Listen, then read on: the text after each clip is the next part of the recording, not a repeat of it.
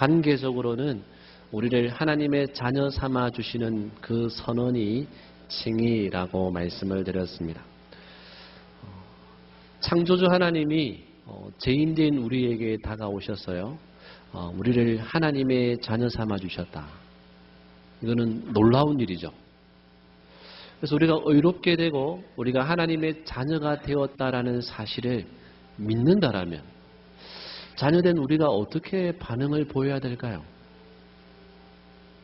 이렇게 멀뚱멀뚱 이렇게 앉아있으면 될까요? 그렇진 않겠죠. 우리가 뭔가 이 하나님의 사랑에 대해서 우리가 어떤 반응을 보이는 것이 자녀된 마땅한 도리라고 할 수 있습니다. 아마 무감각하게, 무신경하게 그저 그렇게 아무런 표정의 변화가 없이 앉아있는 것, 우리가 그것을 과연 믿음이라고 할 수 있을까? 믿음은요, 죄인된 우리를 찾아오신 그 하나님의 사랑에 대해서 우리가 인격적으로 반응을 보이는 것, 그것이 곧 믿음이라고 할 수 있습니다.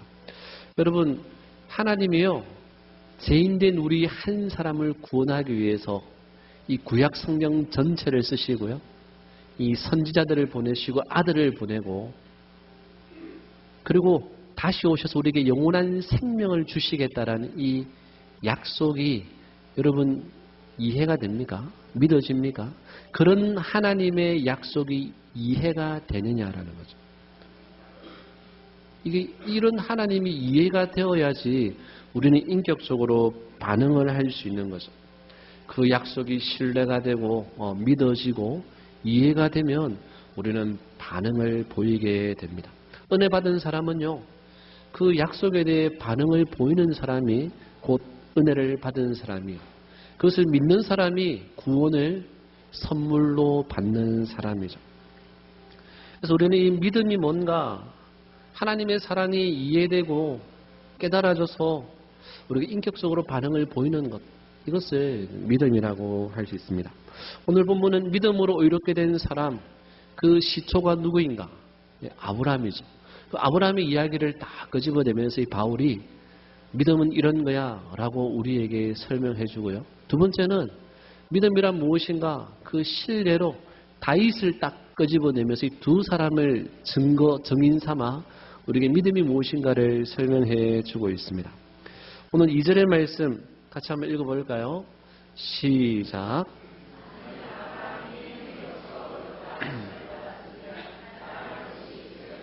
하나님 앞에서는 없느니라. 아멘. 믿음의 조상이라고는 이 아브라함의 믿음을 살펴봐도 그 믿음 안에는 자랑할 것이 없다라는 이야기를 우리에게 하고 있는 거죠. 믿음의 조상이 아브라함 역시 율법의 행위로는 자랑할 것이 조금도 없다라는 거죠. 경건치 않은 자를 의롭다라고 선언해 주신 그 하나님의 약속의 말씀을 그냥 신뢰, 딱 물었던 것, 이거 하나 아브라함이 한 거라는 거죠. 그래서 아브라함의 행위로는 자랑할 것이 별로 없다라는 것을 저도 알고 여러분들도 알고 있습니다. 하나님이 아브라함을 부르실 때 아브라함이 어떤 존재였습니까? 이방인이었고 경건치 못했고 하나님이 어떤 분인지 제대로 알지 못했고 하나님의 뜻을 분별하지 못하던 사람이었죠. 하나님의 명령을 따라 고향을 떠나기는 했지만 기근이 일자 약속의 땅 가나안 땅을 떠나 이 애굽 땅으로 내려가죠. 그곳에서 무슨 짓을 합니까? 아브라함이 자신이 혼자 살아남으려고 사랑하는 아내를 누이라고 속이죠. 그리고 왕에게 이 아내를 시집 보내어 버리는 거죠. 팔아버린 겁니다. 자기 목숨 하나 간수하려고. 그런 일을 한 번도 아니고 두 번이나 행하죠. 남자의 수치죠. 또 하나님이 내 몸에서 날 자가 약속의 자손이라고 말씀해 주시는데 믿지를 못하죠. 그리고 뭐라고 이야기합니까? 아이가 안 생기니까 요종 하갈을 얻어서 이스마엘을 낳아버리죠. 그리고 때가 되어서 아들이 생기니 어떻게 합니까? 이 이스마엘과 하갈을 내쫓아버리죠. 이게 인간의 도리일까요? 우리가 대단한 믿음의 조상으로 여기는 이 아브람, 우리가 대단히 높이 떠봤던 이 아브람도 생각해보면 이 걸리는 제목이 너무나 많다라는 것을 우리는 알 수 있습니다. 약속을 받은 다음에도 이 아브라함은 끊임없이 죄를 짓는 거죠. 로마서 4장 3절의 말씀을 같이 한번 읽어볼까요? 4장 3절입니다. 시작. 성경이 무엇을 말하느냐? 아브라함이 하나님을 믿음에 그것이 그에게 의로 여겨진 바 되었느니라. 아멘. 그가 하나님을 믿음에 그것이 그에게 의로 여겨진 바 되었다. 여기서 마치 믿음이라는 어떤 동전을 넣어서 의로움이라는 열매를 받은 것처럼 표현되어 있습니다. 믿음이라는 씨앗을 심어서 의로움이라는 열매를 맺은 것처럼 표현되어 있습니다. 믿음이 마치 조건이나 수단이 되어서 어떤 결과, 의로움이라는 결과를 얻은 것처럼 되어 있다라는 거죠.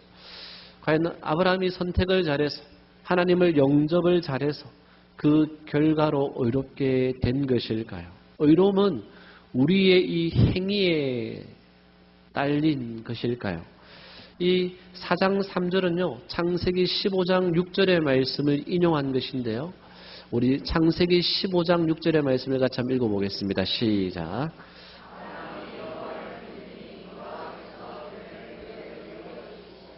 아멘. 창세기 11장에서 하나님이 아브라함을 부르시죠. 그리고 12장에서 약속을 해 주시거든요. 근데 그때는 아브라함으로 하여금 의롭다라고 칭해주지 아니하시고 이 15장에 와서야 아브라함을 의롭다라고 해주십니다. 왜 하나님이 이제 왔어야 너는 하나님의 백성이요 하나님의 자녀가 될 만한 자격이 있다라고 이 성경적인 기준, 의롭다라고 해주신 기준을 제시해 주셨을까요? 15장 1절부터 6절의 말씀을 보면요, 어떤 내용이 나오냐면 아브라함이 이 그돌라오멜이라는 이 연합군과 싸웁니다. 이 전쟁에서 승리하거든요. 하나님이 딱 나타나서 아브라함에게 오늘 이 찬양의 가사처럼 하나님이 아브라함에게 뭐라고 이야기합니까? 나는 너의 방패요 상급이다 라는 이야기를 해주시거든요. 이 말씀에 아브라함이 하나님이 나의 방패고 상급이시구나 좋아하는 것이 아니라 불평을 하죠. 12장에서 큰 민족이 되겠다라고 약속해 주셨는데 왜 아직도 자식 한 명이 없습니까? 상급은 무슨 상급입니까? 이렇게 아브라함이 불평을 합니다. 그냥 내 상속자는 엘리에셀, 그 종이 나의 상속자가 될 것입니다. 아니면 내 집에서 길리운 자가 내 상속자가 될 것입니다. 이럴 때 하나님 뭐라고 이야기합니까? 우리 4절을 5절을 우리 같이 한번 읽어볼까요? 시작. 내 몸에서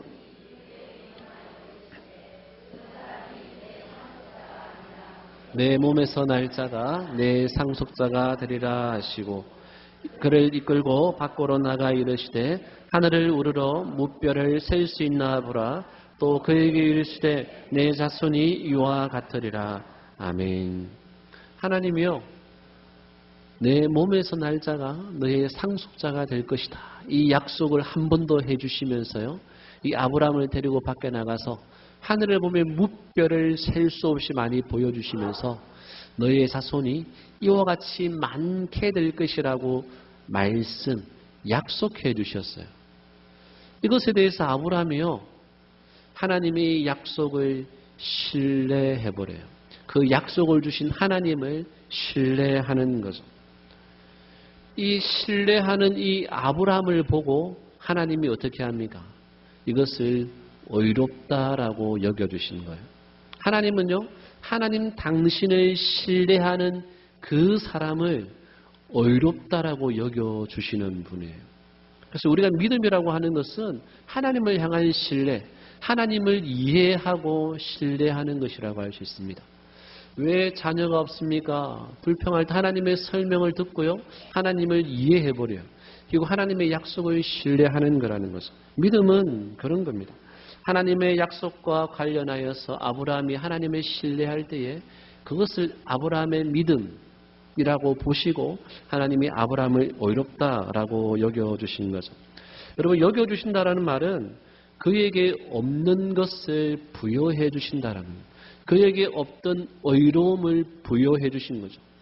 그에게 없던 의로운 지위를 부여해 주신 거예요. 그래서 이 아브라함이 하나님의 자녀가 된 거죠. 아브라함의 신뢰에 대한 하나님의 반응이 아브라함에게 이 의의 선물을 주신 것이다라는 겁니다.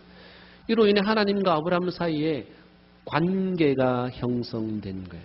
죄인된 인간은요, 거룩하신 하나님 앞에 나아갈 수 없죠. 교제할 수 없죠. 만날 수 없어요. 하나님이 자신을 신뢰하는 이 아브라함을 보고 의를 선물로 주셔서 아브라함이 의롭게 되고, 의롭게 된 이 아브라함이 거룩하신 하나님과 교제할 수 있는 이 관계 속으로 들어가게 된 것입니다. 더러운 죄인과 교제하기 위한 이 하나님의 사랑의 방편이 우리 인간에게 의를 선물로 주신 거라는 거죠. 그 하나님의 말씀을 듣고 이해한 것 때문에 의를 선물로 받았어요. 아브라함에게 자랑할 만한 어떤 믿음의 근거가 있는 건가요? 그래서 아브라함 믿음의 조상이 되고 믿음의 시초라고 이야기를 하지만 아브라함의 믿음 속에 자랑할 만한 그 어떤 것도 없다라는 겁니다.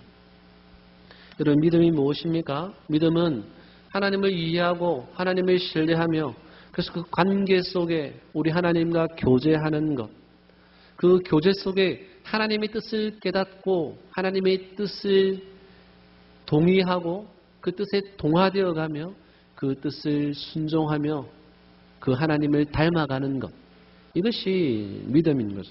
여러분, 교제하면 닮아가게 되어 있죠. 그 참된 믿음의 사람은 하나님과 교제하는 사람입니다. 하나님과 교제하는 사람은요, 그냥 지식적으로, 이론적으로, 관념적으로 하나님을 알고 끝나는 것이 아니라 본질적으로, 존재론적으로 변화될 수밖에 없어요. 하나님은 어떤 분이야라고 머리로 상상해놓고 아는 것으로 끝나는 것이 아니라 교제하는 사람은요, 하나님을 닮아가고 알아가고 존재적으로, 본질적으로 우리 하나님을 닮아갈 수밖에 없다라는 거죠. 이게 믿음의 사람의 특징입니다. 믿음은 인간의 열심이나 신념, 결단, 인간의 의지, 그런 것이 믿음이 아니라는 거죠. 언제나 인격 대 인격의 관계로만 이 믿음을 설명할 수 있습니다.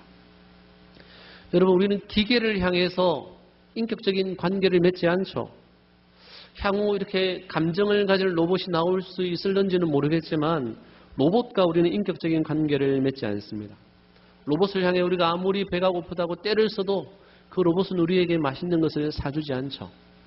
그러나 인격적인 우리 교회의 이 장로님, 권사님들은요, 매우 훌륭한 인격자시잖아요. 우리가 배가 고프다고 떼를 쓰고 울고 불고 하면요, 밥을 사주시는 분이에요. 아멘입니까? 네. 네. 차도 사주시는 분이에요. 왜요? 인격적이신 분이기 때문에 그런 거죠. 이 믿음이라는 것은 언제나 인격과 인격 사이에 일어나는 일입니다. 그래서 우리가 왜 기도를 합니까? 우리 하나님은 인격적이신 분이기 때문에 우리는 기도를 하는 거죠. 하나님이 인격적인 분이 아니라면 기도할 필요가 없는 거죠. 그분은 인격적이신 분에게 우리는 때로 때를 쓰고 울고 불고 하면요, 하나님이 감동을 먹든지 아니면 하나님이 귀찮아서라도 우리의 기도를 들어주시는 거죠. 그래서 인격과 인격 사이에 가능한 것, 이것이 믿음과 신뢰의 관계라는 겁니다. 근데 어떤 사람은요, 이 믿음을 그저 일로 생각하는 사람들이 있습니다. 믿음이 있는 사람은 예배를 드려야 해, 주일을 성수해야 해, 기도를 해야지, 말씀을 읽어야지 믿음의 사람이라고 하지. 이 모든 것을 일로 여겨버립니다. 인격과 인격 사이의 교제가 아니라 이 일로 대해버리면 어떨까요? 매우 피곤하고 귀찮아지는 일이 되는 거죠. 억지로 하게 되면 인생이 고달파지게 됩니다. 그래서 예배드리자고 하면 마치 지옥에 끌려가는 것처럼 두려워 싫어하는 거죠. 세상 피곤하고 귀찮은 일이 되어버리는 거죠. 그래서 우리 믿음이 관계가 아니라 일이 되어버리면 이게 율법적이고 종교적이며 이런 형식적으로 변질되어 버리는 겁니다. 그래서 많이 하면 많이 할수록 뭔가 자랑할 것이 있게 되고요. 적게 하면 적게 할수록 뭔가 죄책감을 가지게 되는 거죠. 그것이 교제와 관계가 아니라 일로 대할 때 나타나는 증상이라고 할 수 있습니다. 그래서 어떤 분은요, 이 40일 금식을 하고 나서 더 성령의 사람이 된 것이 아니라 그 금식, 40일 금식을 자랑해 버립니다.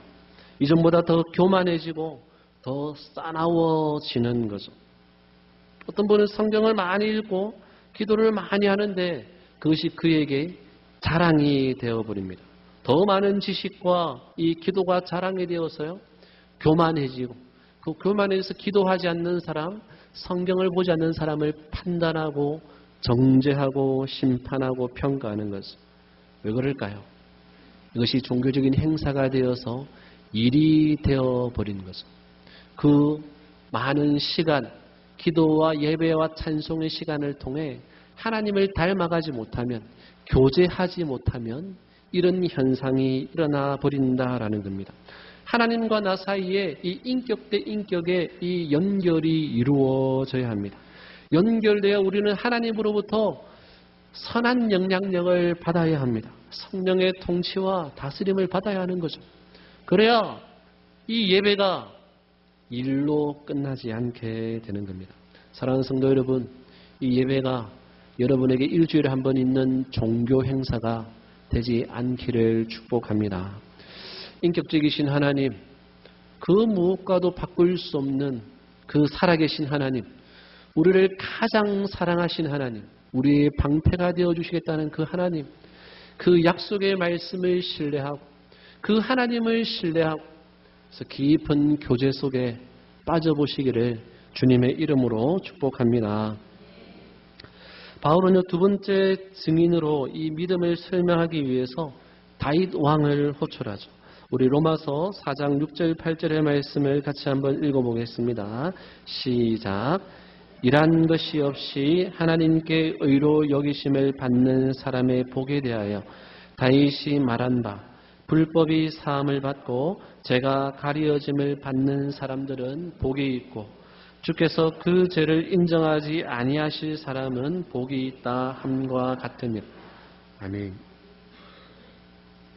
이 다윗은 이 사람의 복에 대해서 이야기하는데요. 다윗이 시편 32편을 다윗이 쓴 이 시편 32편을 이 바울이 인용한 거죠.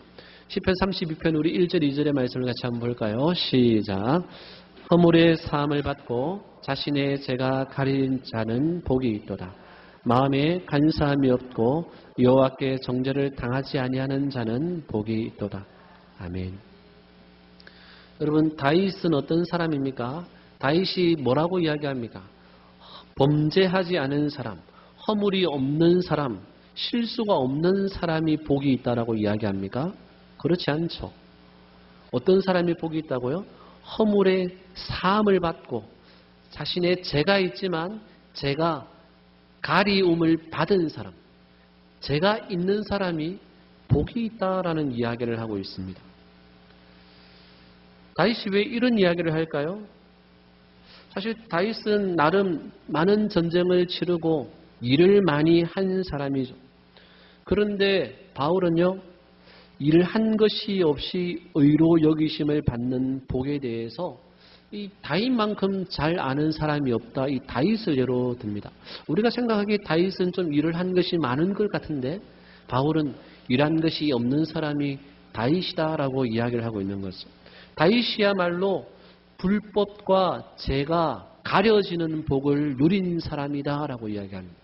거짓과 속임수가 가려지는 복을 제일 많이 누린 사람이 다윗이다라는 그 예로 다윗을 들고 있다라는 거죠. 입시생의 부모는요, 자녀가 서울대에 합격하는 복을 누리게 된다면 예수 안 믿어도 좋다 이런 이야기를 할 정도입니다. 어떤 권사님은요, 우리 이 자녀가 결혼하는 복을 누린다면 교회 앞에 춤이라도 추겠다 이야기합니다.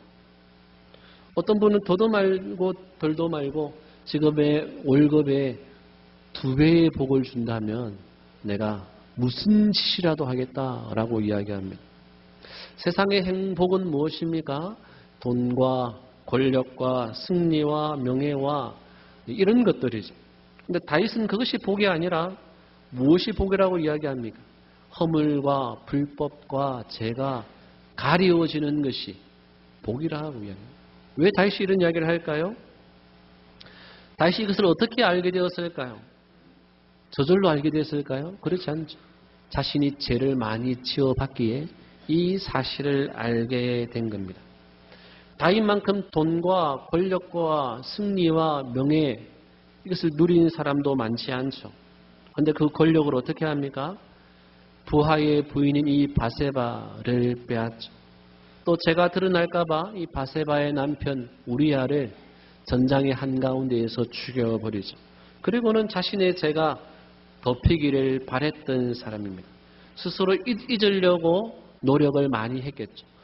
없었던 일이었으면 좋겠다라고 아마 애를 썼을 것입니다. 그러나 하나님은요, 이 다윗을 사랑하셔서 어떻게 합니까? 나단 선지자를 보내고 다윗의 죄가 온 천하에 드러나게 하는 거죠. 다윗은 왕이었고 시인이었고 많은 노래를 지었고 음악가였고 전쟁의 용사였지만요, 다윗의 가장 위대한 점은 무엇일까요? 다윗의 가장 위대한 점은 자신의 죄를 깨달았다라는 이 점에 있습니다.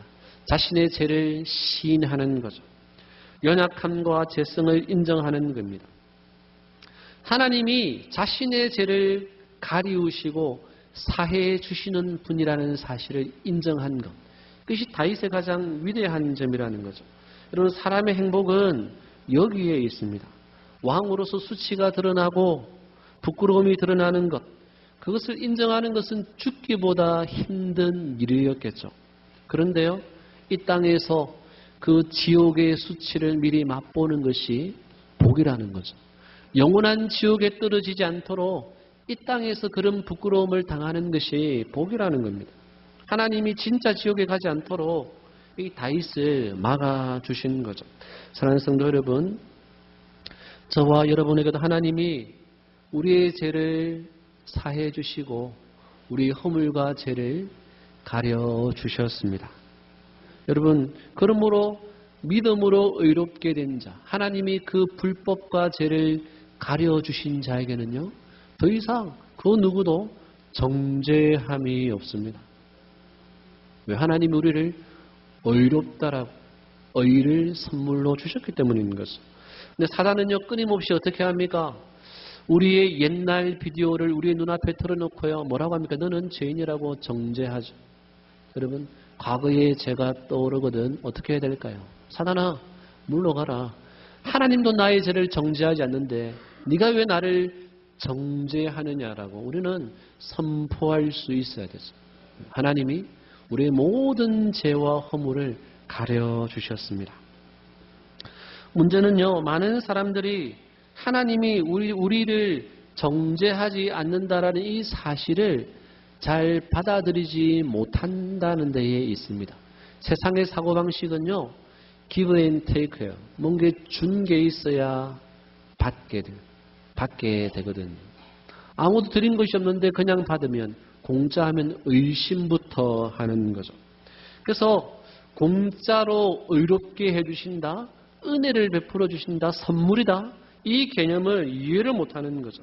내 행위가 경건하지 않는데 어떻게 나를 의롭게 해줄 수 있는가? 하나님의 의의 선물을 받아들일 수 없다라고 말합니다. 여러분, 어떤 사람이 사형에 해당하는 죄를 지었습니다. 후회해도 소용없고 돈으로도 해결할 수 없습니다. 이 죄 때문에 사형을 당합니다. 이 죄로 인해 온 가족이 슬픔을 당하겠죠. 그럴 때에 왕이 나타나가지고요, 이 사형을 당할 사람에게 사면장을 제시합니다. 이 사면장 하나로 사형 선고가 철회되고 이 사람의 모든 죄의 문제가 해결된다라면 이 사람은 어떻게 해야 될까요? 왜 나에게 사면장을 주십니까? 왕의 저희가 의심스럽습니다. 저는 사면장 받지 않겠어요. 그냥 사형 당하겠어요. 이렇게 말하는 게 지혜일까요? 여러분, 그렇다면 그 사람은 자신의 죄 때문에 죽는 것이 아니라 사면장이 왔음에도 불구하고 그것을 거절했기 때문에 죽는 거죠. 우리는 다 경건하지 못한 죄인입니다. 우리는 우리의 죄 때문에 죽는 것이 아니죠. 죄가 없어 천국 가고 죄가 많아서 지옥 가는 것이 아니라는 거죠. 죽음을 피할 이 사면장이 우리에게 도착했음에도 불구하고 필요 없다라고 거절했기 때문에 죽는 거라는 겁니다. 하나님이 우리에게 살 길을 알려주셨어요. 믿음으로 반응하면, 하나님을 신뢰하고 하나님과 교제를 맺으면 우리에게 살 길을 허락해 주셨다라는 거죠. 아무리 살 길을 알려줘도 어떤 사람은 뭐라고 이야기합니까? 나는 당신이 무슨 이야기하는지 다 알아. 한 번만 더 들으면 100번이야. 그러니 그만 이야기해. 난 듣기 싫어. 그런 사면장 받고 싶지 않아. 여러분, 사람의 복이 무엇입니까? 죄를 안 짓는 것이 아니죠. 죄를 안 지을 수 있는 사람이 없습니다. 죄가 있어도 그 죄를 가리우심을 받는 것이 복입니다. 오늘 하나님은 우리에게요, 이 사면장을 한 장 제시해 주는 거죠. 그 누구도 너를 정죄하지 않는다라고 우리에게 말씀해 주십니다. 여러분 어떻게 하시겠습니까? 필요 없다라고 거절하시겠습니까? 이 사면장으로 말미암아 우리 죄는 가려지고요. 더 이상 우리는 과거와 현재와 미래와 내세의 모든 죄까지 다 사함을 받는, 죄로부터 가려지는 복을 누리게 됩니다. 사랑하는 성도 여러분, 하나님은요 오늘도 우리의 죄를 가리시고 우리와 교제하기를 원하십니다. 믿음은요 이 말씀을 해주신 하나님을 바라보고 그 하나님과 교제하는 거죠. 뭐가 아쉽다고 하나님 우리에게 손을 내미시겠어요? 손 내미신 그 하나님의 손을 잡고 하나님과 교제하는 것이 믿음이라는 거죠. 여러분, 하나님은요 우리와 한번 데이트하려고 그 아들을 죽게 내버려 둔 게 아니에요. 하나님은요 우리와 결혼하기를 원하는 거죠. 우리를 신부 삼기를 원하는 겁니다. 여러분, 하나님과 친밀한 교제, 여러분 남녀 간의 교제의 끝은 무엇일까요? 교제의 끝은요 결혼이죠. 결혼이에요. 하나님과 우리의 교제의 끝은요 우리가 거룩한 주님의 신부가 되는 거예요. 에베소 3장 17절 말씀, 믿음으로 말미암아 그리스도께서 너희 마음에 계시게 하시옵고. 믿음의 사람은요 그리스도를 우리의 마음에 계시게 하는 것이죠. 마음에 모시는 거예요. 마음으로 모신다. 항상 그를 생각한다라는 거죠. 마음에 항상 있다. 그를 항상 생각한다라는 거죠. 사귀게 되면, 교제하게 되면, 사랑하게 되면 생각하지 않으려고 해도 생각이 나는 거죠. 마음으로 모시게 되어 있습니다. 그래서 믿음은 항상 주님을 생각하고 주님을 바라보는 거예요. 우리가 주님을 바라볼 때에 주님이 우리를 온전하게 하는 거죠. 여러분 주님을 믿으십니까? 이 믿는다라는 것은 교회를 다닌다라는 의미가 아니죠. 그래서 세례를 받았고 직분이 있다라는 것을 의미하는 것이 아닙니다. 우리가 믿는다라는 것은 주님을 항상 바라본다. 주님을 항상 생각한다. 주님이 내 마음에 있다. 나는 그 주님과 교제한다라는 의미입니다. 주님과 얼마나 친밀한지를 묻는 질문이라는 거죠. 우리가 주님을 바라보지 않으면 어떻게 될까요?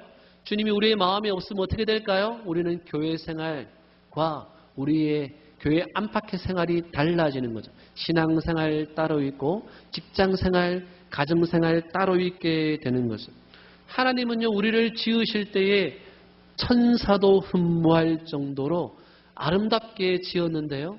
우리가 이 하나님을 바라보지 않으면 우리는 사단보다 조금 나은 존재로 타락하게 되어 있습니다. 이스라엘 백성들이 광야에서 이 불뱀에게 물려 죽게 되었을 때 하나님이 주신 치료약이 무엇입니까? 노뱀을 높이 달아서 그것을 쳐다보는 자는 다 낫게 될 것이라는 거죠. 이게 뭡니까? 십자가를 예표하는 사건이죠.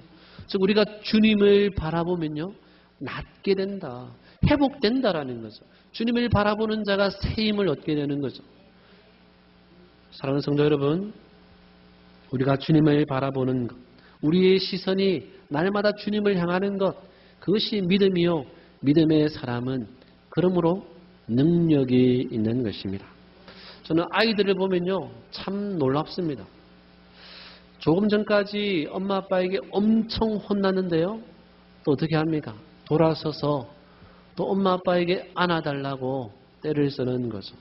그리고 막 싫다 해도 서로 안기려고 서로 달려오는 거죠. 이런 믿음이 어디서 생겼을까요? 그렇게 자신을 혼내도 끝까지 부모를 사랑하는 이 아이들의 이 믿음이 어떻게 생겼을까요? 나를 사랑한다는 그 확신이 정말 어떻게 생겼을까? 참으로 신기하고 놀라울 따름이죠. 생각해보면요. 이 아이들은 항상 엄마 아빠를 바라보죠. 엄마 아빠는 항상 이 아이들에게 의식주를 제공합니다. 문제가 생길 때마다 모든 문제를 다 해결해 주죠. 그래서 그런 관계 속에, 교제 속에 부모를 향한 강력한 믿음이 생기는 거죠. 그러나 아무리 친엄마, 친아빠라 해도 같이 살지 않으면요, 어색합니다. 엄마에게 와봐, 안겨봐 해도요, 머뭇거립니다. 머리로는 엄마라는 거 알아요. 그런데 관계가 형성되어 있잖아요. 안기기가 꺼려지는 거죠. 왜요? 친밀함이 없기 때문인 거죠. 그동안 바라보지 못했어요. 만나지 못했어요. 교제하지 못했기 때문에 그런 거죠. 우리가 하나님도 알고 구세주도 알고요. 성경도 알고 교회도 압니다. 그런데 왜 깊은 사귐이 없을까요? 문제는요. 이 사귐과 교제의 이 친밀함에 있다라는 거죠. 사랑하는 성도 여러분 주님과 이 친밀한 사귐이 있습니까? 할렐루야. 여러분 친밀한 사귐이 1도 안 느껴질 때가 있어요. 여러분의 찬양의 목소리에, 여러분의 표정에, 이 예배의 태도에 주님을 향한 열정이 조금도 안 느껴질 때가 있어요. 목회자로서 얼마나 답답하고 힘든지 모릅니다. 사랑하는 성도 여러분, 주님을 바라보는 사람은요, 언제나 주님과의 친밀한 사귐이 있습니다. 제가 아는 집사님은 일주일 내내 엄청 바쁘고 힘들고 힘겨운 삶을 겨우겨우 살아갑니다. 좀 쉬셔야 할 것 같은데 새벽이고 금요일이고 나와서 기도를 합니다. 집사님, 제가 생각할 때 집사님은 기도보다 쉼이 필요한 것 같습니다. 이런 이야기를 드렸더니 그 집사님 대답이 이럽니다. 목사님, 저는 교회 나오지 않으면 죽습니다. 살려고 나옵니다. 살려고 나옵니다. 주님을 바라보고 주님과 교제하며 그 주님과의 사귐 속에 힘과 능력을 공급받는 거죠. 살기 위해 나온다는 거죠. 우리 중에도 말할 수 없는 고통과 아픔과 힘겨운 문제로 어려움을 당하는 성도들이 많이 있습니다. 여러분, 주님을 바라보십시오. 주님을 바라보면 살 수 있습니다. 우리 주님이 우리를 온전하게 하십니다. 이것이 믿음인 거죠. 우리는 때로는 실패하고 넘어질 수 있습니다. 그러나 어떤 대안이 있을까요? 다시 주님을 바라보는 것 말고는 다른 방법이 없습니다. 우리는 주님을 바라봐야 돼요.